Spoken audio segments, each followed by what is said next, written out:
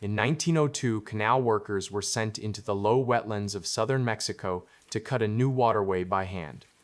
They arrived by train and cart, expecting long days of digging, sickness from the heat, and little else. The camp settled into routine as men worked from dawn until dusk beside dark, slow-moving water. After sunset, the nights began to change. The air turned cold. The frogs fell silent. Some workers claimed they heard a woman crying along the canal, her voice carrying over the water where no one should have been. Then the voice began calling names, and the men realized the canal was no longer empty. So before we continue, please make sure to leave a like and let us know where you're watching from here at Late Mysteries. Thanks. I reached the work camp at the end of May of 1902, after 2 days on the train and another day riding in the back of a cart that smelled of damp wood and old sweat. The last stretch followed a narrow track beside low water that moved slow and brown. I had taken the contract because the pay was better than hauling sacks in the city, and because my brother said canal work was steady. I had no trade, only strong arms and a back that could take long days. The camp sat on a strip of higher ground, between the cut of the canal and a patch of thick brush. The canal was not wide, but it ran straight for a long distance, dug by hand and kept open by constant labor. The company wanted it deepened and extended, with a new section leading toward a larger river, so barges could move supplies without getting stuck in the dry months. The water level changed fast when rain hit the hills. When it dropped, the bottom turned to heavy mud and exposed roots and buried trash. When it rose, it flooded the edges and made the ground soft enough to swallow boots. There were about 30 of us in the camp, not counting the engineers who came and went. Most slept in rough huts with palm roofs. A few had small tents. I shared a hut with 3 men. One was Tomas, a thin young man from Puebla who had left home after his father died. He spoke fast and tried to joke when the air felt heavy. Another was Eusebio, older than the rest of us, with broad shoulders and a left hand missing 2 fingers. He had worked on roads and drains and said he had seen men buried by a wall of wet earth. The third was a local named Hilario who knew the waterways and could tell which banks would break after a hard rain. He rarely spoke at first, but he watched everything. The foreman was called Don Roque. He carried a small notebook and a short stick he used to point at sections of the cut. He did not shout much. He did not need to. He looked at your hands and your pace, then moved you to where you would suffer more if he thought you were holding back. We started before sunrise because the heat after midday made men careless. The work was simple. Shovel, lift, throw, repeat. Some swung picks into packed earth, some cut roots. 2 men worked the pulley to lift buckets of mud from the deeper parts. 2 men worked the pulley to lift buckets of mud from the deeper parts. The water stank where it stayed still, and the flies stayed on you, even when you waved them away. On my first morning, I walked the edge of the canal with Hilario to see where we would be assigned. The water was low, showing dark, slick mud with small bubbles that rose and burst. A dead fish lay on the slope, its belly torn open. Hilario crouched, touched the mud with 2 fingers, and rubbed them together. "Bad bottom," he said. "It holds what falls in." I asked what he meant, and he looked at me as if I had asked the wrong question. "It keeps things," he answered, then stood and kept walking. By the second day, I learned the camp routine. A bell hung from a post. When it rang, men rose and pulled on damp clothes that never fully dried. The cook served beans and tortillas and coffee that tasted of burnt grounds. We filled our canteens from a barrel that was boiled each evening. The engineers arrived sometimes on horseback, spoke to Don Roque, looked at the channel with their hands behind their backs, then left again. They did not work alongside us. They spoke about flow and grade and how much earth had to come out by the end of the month. At night, the canal did not look like work. It looked like a long, open scar filled with dark water. The frogs started as soon as the sun dropped. Insects hit the lantern glass and fell. Men talked low, smoked, cleaned tools, played cards with greasy fingers, or lay staring at the roof. I wrote a few lines to my brother by lantern light and told him the pay seemed real and that the foreman kept his word. I did not tell him that the canal made me uneasy. I did not know how to explain it without sounding like a child. The first odd thing happened on the fourth night. I woke because the air had turned colder, not in a gentle way, but sudden. My skin tightened and I sat up, thinking rain had come. The roof was dry, the others in the hut were still. Then I heard a sound from far down the canal, past the bend where the cut disappeared into brush. It was not a shout, it was not laughter. It was a long cry that rose, broke, and fell again. It carried over the frogs and insects. It sounded like a woman, and it sounded like grief with no end. Thomas sat up too. He whispered, "Did you hear that?" Eusebio was already awake, his eyes open in the dark. Hilario had turned toward the hut opening. The cry came again, closer or louder. I could not tell. It ended with a harsh sound, as if the throat had scraped raw. Then there was silence that felt wrong because the frogs had stopped. Tomas swung his legs off the sleeping mat. "Maybe someone is hurt," he said. He reached for his sandals. Eusebio grabbed his wrist. "Stay," Eusebio said. His voice was low but hard. "If someone is hurt, the foreman will call." Tomas pulled his hand back, angry and confused. "You heard her," he whispered. "That is not an animal." Eusebio did not answer. Hilario shifted closer to the opening but did not step out. He stood still as if he were listening for something else. The cry did not return that night. The frogs started again, one by one, and the insects kept striking the lantern outside. I lay back down but did not sleep well. My mind kept testing explanations. A woman from a nearby village. A traveler on the path. A drunk person near the water. Then I remembered the cold that had come with it. The night had been warm before. I touched my arm. My skin was still cool. In the morning, men were talking about it. Some laughed and said someone had gone into the brush with a woman and got caught. Others said it was a jaguar, though the sound did not match anything I had heard in the hills. One man crossed himself and said the waterways near the river were old and had stories tied to them. Another said the stories were made to scare children away from water at night. I listened without speaking. I did not want to be the new man who claimed fear. Don Roque heard the talk and stopped it with one look. He told everyone to focus on the day's section, where the bank had collapsed after rain upstream. The mud was worse there, thick and heavy. We worked in a line, passing buckets, throwing spoil onto the pile that would be hauled away later. The sun climbed and sweat ran down my sides. The canal smell sank into my clothes. Near midday, Tomas found something in the mud. He lifted it by the handle and held it up. It was a small tin cup, the kind used in camp. It was not ours. It was older, dented and covered in black slime. The inside was clean, as if it had been washed. He showed it to Don Roque. The foreman took it, stared at it, then tossed it onto the bank. "Trash," he said. "Keep moving." Thomas looked annoyed. He glanced at me as if he expected me to agree. I shrugged, because I did not know what the cup meant. Later, when we took our short break, Hilario came and stood near me while I ate. His eyes stayed on the canal water. "You heard her," he said, not as a question. I hesitated, then nodded once. He chewed nothing. He was not eating.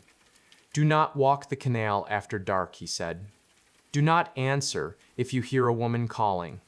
Do not look into the water when it is quiet." I asked why. He looked at my face for a moment, then said, "Some things use the water." That was all he gave me before he turned and walked away. That evening, Tomas tried to make light of it. He teased Hilario for being superstitious. Hilario did not react. Eusebio told Tomas that older workers did not fear stories for no reason. Tomas pushed back, saying fear kept men poor and obedient. The argument did not grow loud, but it stayed with me. Tomas wanted the world to be simple. Eusebio acted like he had learned it was not. I wondered where I fit between them. After nightfall, I walked to the edge of the camp where the brush began. I stayed close enough to see lanterns behind me. The air smelled of wet leaves. The canal water was dark with a faint skin of floating debris. I listened, waiting for the cry, but only frogs and insects answered. I told myself I was being careful, but I was also testing my own nerve. I did not want the canal to own my thoughts. I stood there for several minutes, then turned back. As I stepped away, I noticed something on the ground near the canal bank, pressed into the mud where no one had been working. It was a footprint, long and narrow, bare, with the toes sunk deep. The mud around it was smooth, not broken by other steps. It looked fresh. I crouched and touched the edge. The mud was cold under my finger, colder than it should have been at that hour. I stood up quickly and walked back toward the huts without looking down again. The next morning, I did not mention the footprint. I told myself it was from a worker who had gone barefoot, but no one in camp worked barefoot near the canal. The mud could cut you with buried glass and sharp roots. If a man did that, others would have noticed.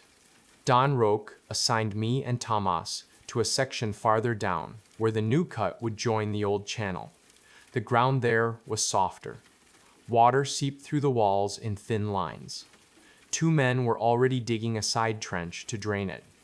One of them was Mateo, a quiet man with a heavy jaw who had come from Veracruz. The other was a newcomer named Joaquin, who talked too much and had a habit of spitting into the water. Tomas worked hard that morning, more focused than usual, as if proving that night's sounds meant nothing. He kept his eyes on the shovel blade and set a fast rhythm. Mateo matched him without speaking. I tried to keep pace and felt the strain in my shoulders. Near mid-morning, Joaquin stopped and raised his head. "Do you hear that?" he asked. We paused, leaning on our tools. At first I heard only our breathing and the insects. Then I heard a faint sound drifting from upstream. Not the cry from the night before, but a smaller sound, like a child's voice, broken and thin. It lasted only a moment.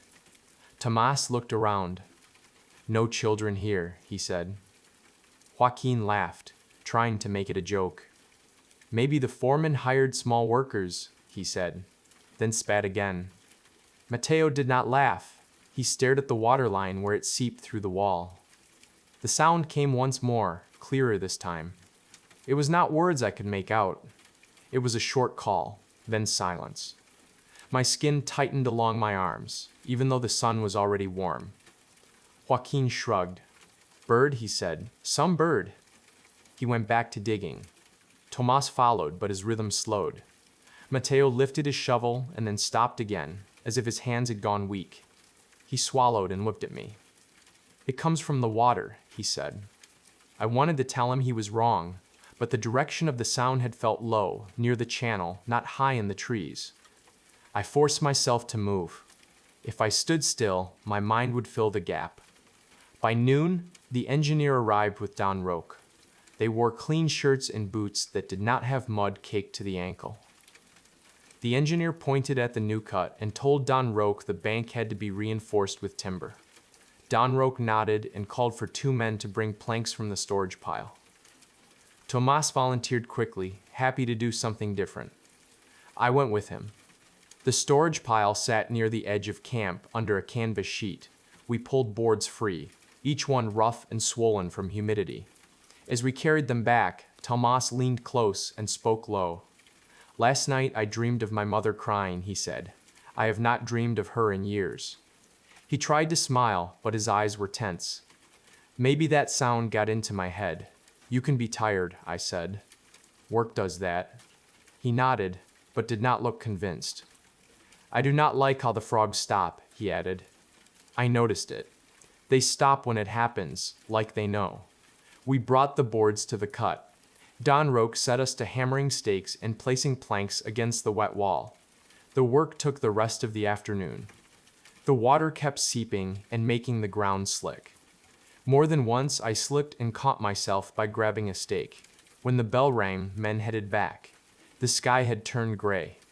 Rain came in short bursts, then stopped, then came again. The canal rose slightly. It moved faster now, carrying leaves and bits of wood. At dinner, the talk about the night cry returned. Some men said they heard it again during the afternoon, softer and farther. Others said the sound was just wind passing through the brush. A few argued about the story of La Llorona. One man said his grandmother used that name to keep children away from the river. Another said he had known a fisherman who followed a woman's cry and never came back. A younger worker laughed and asked how a cry could drag a grown man into water. The older worker did not answer. He kept eating and staring at his bowl. Hilario sat apart, repairing a strap on his tool bag.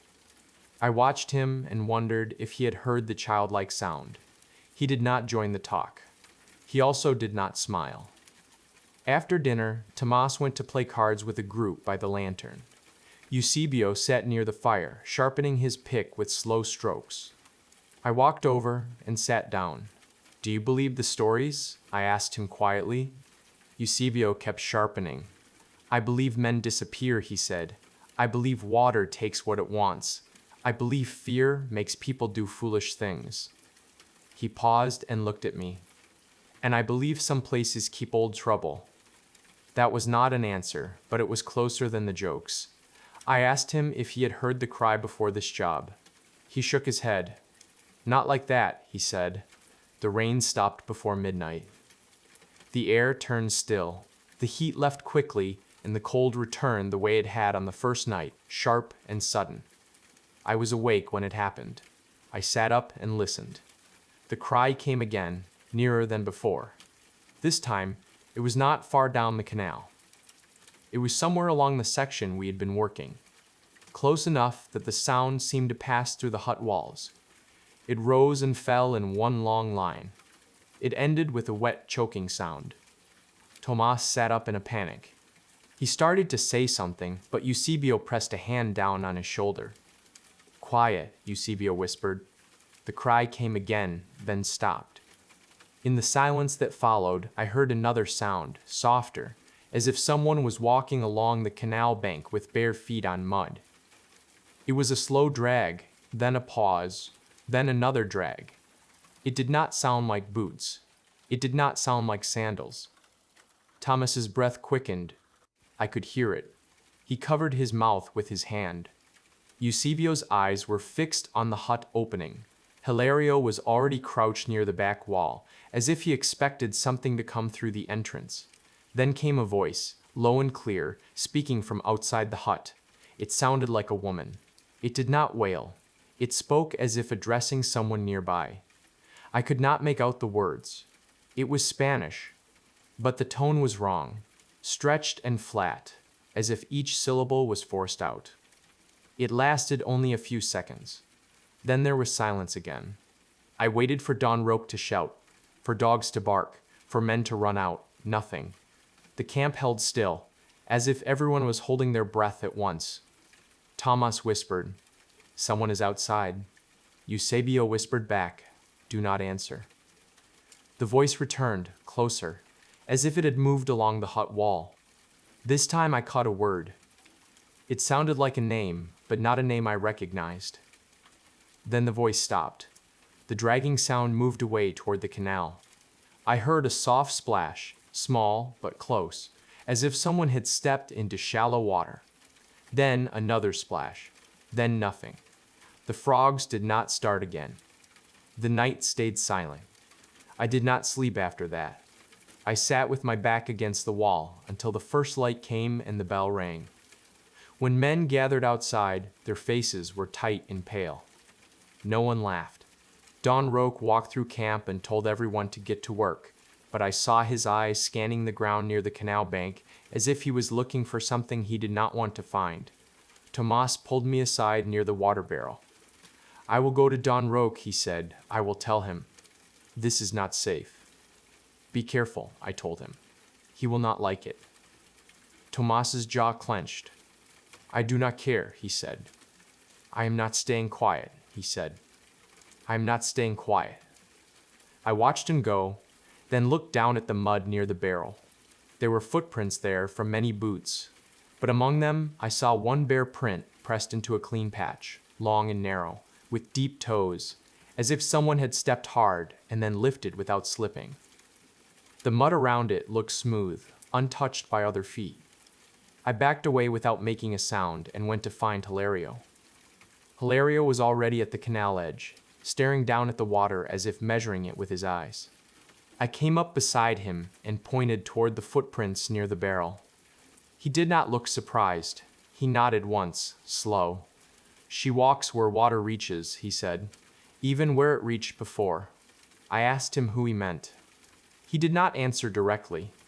"This cut was part of an old stream," he said, "before men straightened it, before the river changed course. People lived near it once, then they moved.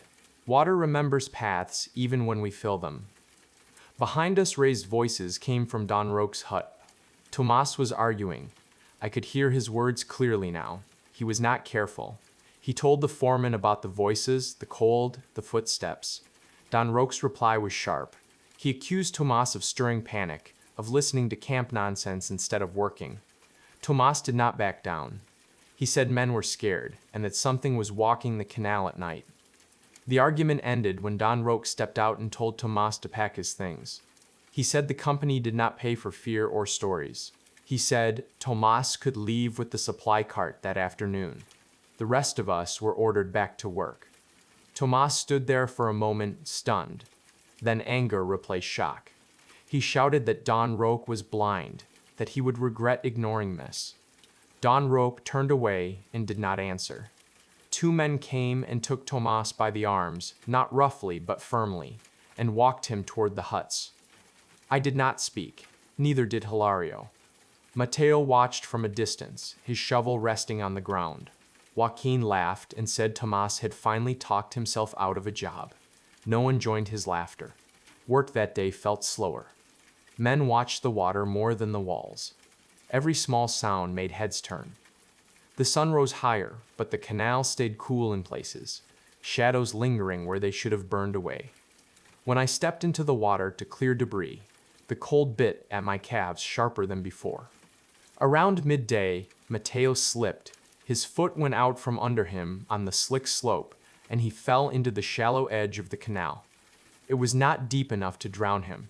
He came up quickly, coughing and swearing, but when he stood, his face had gone pale. He held his arm out and stared at it. I moved closer. Thin scratches ran along his forearm, parallel lines, shallow but red. They did not look like scrapes from roots or rocks. They were too even. Mateo's hand shook. "Something touched me," he said. "Under the water." Joaquin rolled his eyes. "Mud," he said. "Sharp mud." Mateo shook his head. "It held," he said. Then it let go.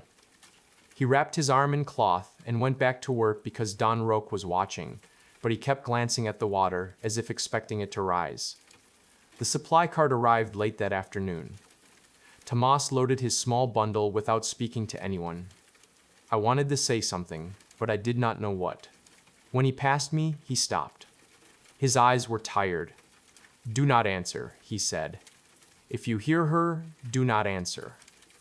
Then he climbed onto the cart and did not look back. When the cart rolled away, I felt as if a piece of the camp had gone with it. Tomas had been loud and restless, but he had also been alive in a way that made others feel real. Without him, the camp felt thinner. That night, fewer men sat by the lanterns. Some went to their huts early. Others sat in silence. Don Roque stayed in his hut. The engineers did not return. The cold came earlier. The frogs stopped sooner. I lay awake, waiting. The cry did not come right away. Instead, I heard something else, a sound like water being disturbed, not splashing, but parting. Then a slow movement along the bank. It stopped near our hut. The voice spoke again. This time it was clearer. It said two words.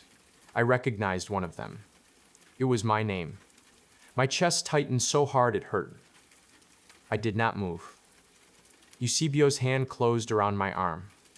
His grip was strong enough to bruise. He shook his head once, warning me without words. The voice repeated my name. It was not loud. It did not beg. It spoke as if it expected an answer. I closed my eyes and focused on my breath. I thought of the train ride, the smell of the cart, the first morning bell. The voice shifted. It said another name, then another. I realized with a shock that it was naming men in the camp, one by one, slowly, as if testing them. When it reached the end of the list, it fell silent.